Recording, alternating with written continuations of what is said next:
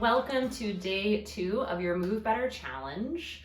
Today, Jen and I are going to be talking about the difference between flexibility and mobility.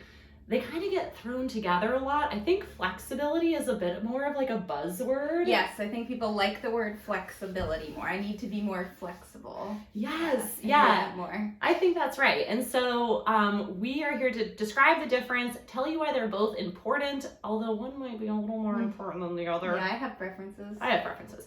We're only human.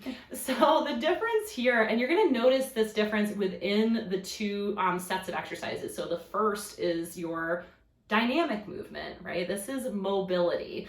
And dynamic movement and your mobility part of the stretching routine is all about moving a joint through a range of motion, right? So it's an active movement through a range of motion. And then your static stretching, which comes at the end, is just a passive lengthening of the muscle, right? There's no movement. You go in and you just stay for a certain amount of time. It's very passive. Mobility, in the humble opinion of Jen and I, which we have done some research on this, but it's also a little bit of opinion, is more functional than just static stretching, or the ability to kind of flop into a forward fold and passively hang out. We might see these people in yoga. I know I have, and I'm always like, wow, that's so cool that they're so flexible. They can just, get into these shapes, right? But the research is pretty clear that mobility is actually more functional and prevents against injury better than flexibility does.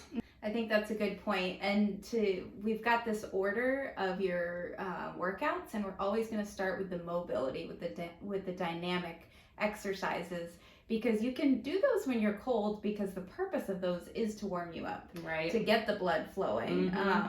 And then we do the static stretching after those dynamic stretches, because you're gonna be warmer in order to do those. Right. And you'll notice as you're doing the mobility exercises that some of them feel like work. You're like, that felt like a little bit more like an exercise. Absolutely. And so you're actually sometimes building a little bit of strength as well when you're doing those mobility exercises. Yeah. And when we talk about our favorites, like for me, especially for playing a sport, that mobility portion of my warm-up is much more important to me than stretching at the end of playing tennis. I need to warm my body up to play that sport to not get hurt.